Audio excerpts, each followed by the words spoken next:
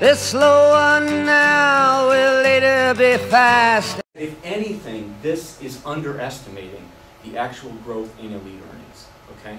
It's actually underestimating it. And by the way, this is one of the things I studied. I was an accountant, and it's worthwhile knowing. I mean, you know about this. Capital gains, for example. What's a capital gain? When you buy a piece of property and sell it later for a gain, that's the capital gain. So if you buy a house for $100,000, the real estate market's hot, you sell it later for $300,000, you had $200,000 of capital gains. It's called unearned income. So this is what, and again, we're going to come back to this again all semester now, unearned income. My claim to you is that America from the 70s forward has privileged unearned income over earnings. Earned income from wages, salaries, tips even, earned income has received far less preferential tax treatment than unearned income. Unearned income is income from the ownership of property, all right? That's what unearned income is. It's from the ownership of property. That is also taxed at 1/2 the rate of earnings, okay? So we privilege unearned income in our system and tax earned income much more highly. So what I want you to look at, when you're looking at this, I want you to really understand something, that median family income, the actual average income in America, most, it may be 95%, it may be 98%, but most of median family income comes from earnings, okay? Because most Americans receive very little to no unearned income. But and this is what's critical. And I kind of want you to write this down. The higher you go, okay? The higher you go in income bracket, okay? The greater the percentage that is unearned income, okay? The higher you are in income, the greater the percentage is unearned income. The lower you go, the more your earnings are earned, the more your income comes from earnings. In a sense of this, lower class people have virtually no unearned income from property ownership. Working class people have virtually no earned income, or unearned income.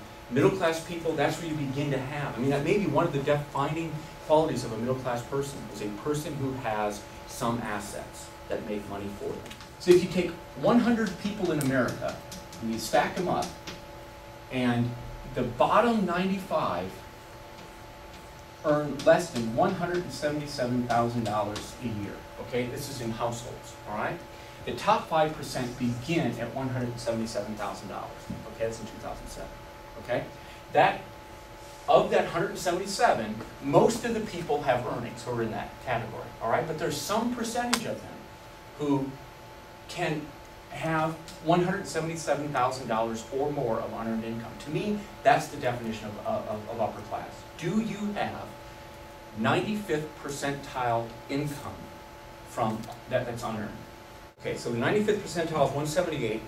If you get a 6% return on investment, you're an accountant, you kind of get a figure for that. It's about, that would be good over the historic average, right? It would require $3 million of property. That's all it would require, $3 million in property, in order to receive, at 6%, $178,000 of income. And you're probably going to need a little bit more property than that to make certain that you have total appreciation enough to that figure keeps up with inflation. But that's all it takes, $3 million, right? Now, many of you know people, in fact, many of you might be from families that have $3 million or more of assets. If you're a farmer in Iowa, the way that real estate prices escalated in the last 20 years, many farmers, just modest farmers, have $3 million of assets right now, all right? So many of you know people. I know I do, all right? In my own close family, I have people with this much, right? So I have people who technically would reach the bottom levels of the upper class there. But how hard is it to get there? So this is what's critical. So if the average family of four right now in Iowa earns about $55,000, that's actually high. I just was looking at the figures, it's actually close to $50,000. But if it's $55,000, it would take 55 years at $55,000 to make $3 million, or to accumulate $3 million. So if you didn't spend a penny ever, and kept so the average family in Iowa, they never spent a penny, but worked every day from the time they were 20 until they're 75, and saved it all, never spent a dime, they could join the upper class at that point, right? But obviously, is that possible to do? It isn't. Veblen's big claim is that every society, everyone, has a leisure class.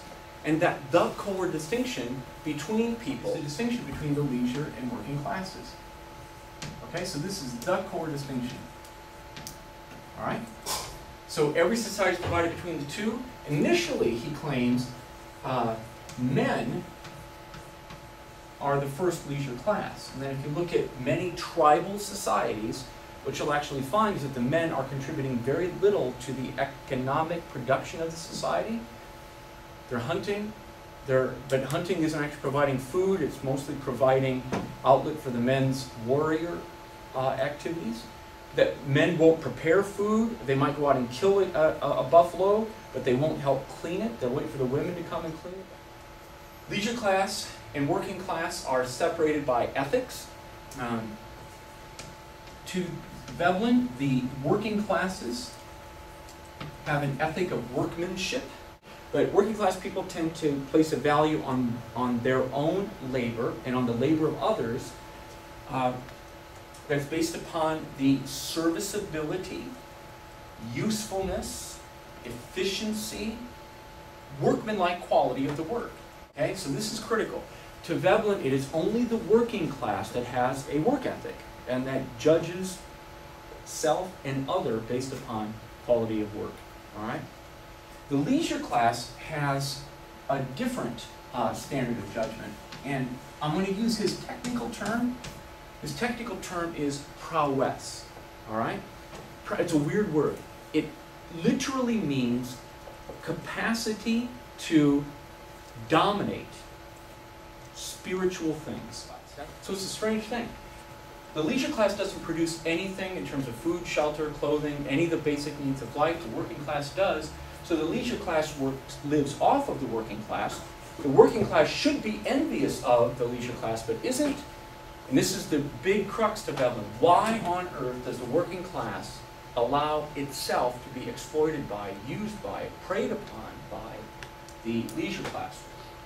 And the whole argument hinges around this, that to the working class, they view their own realm as inferior to the realm of the leisure class. To Veblen, rather than envy these people, you admire these people instead. There's an admiration.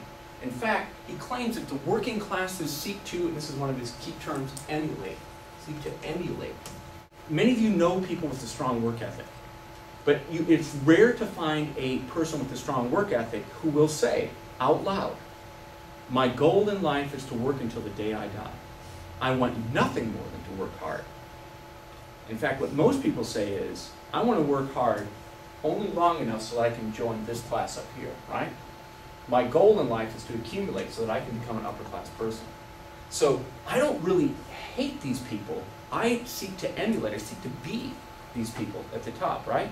And that's actually what's very much built into the ideology of our system. To Veblen, there are three kinds of objects that are excellent trophies to maintain.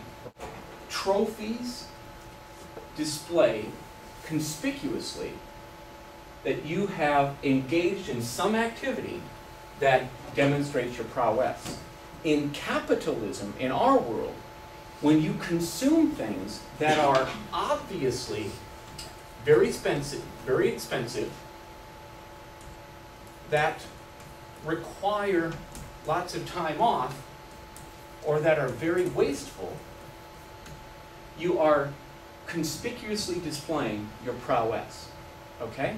So, these are the three areas then of trophy hunting in modern capitalism. These are what the leisure class is attempting to acquire and display in order to demonstrate to the world that they're superior. Things that are expensive, okay? So for the leisure class, much of what you're doing with your time is conspicuously consuming expensive things. There's a hole in the world like a great black pit, and the vermin of the world inhabit it, and its morals aren't worth what a pig could spit, and it goes by the name of London. At the top of the whole sit the privileged few, making mock of the vermin in the lower, so turning beauty into filth and greed.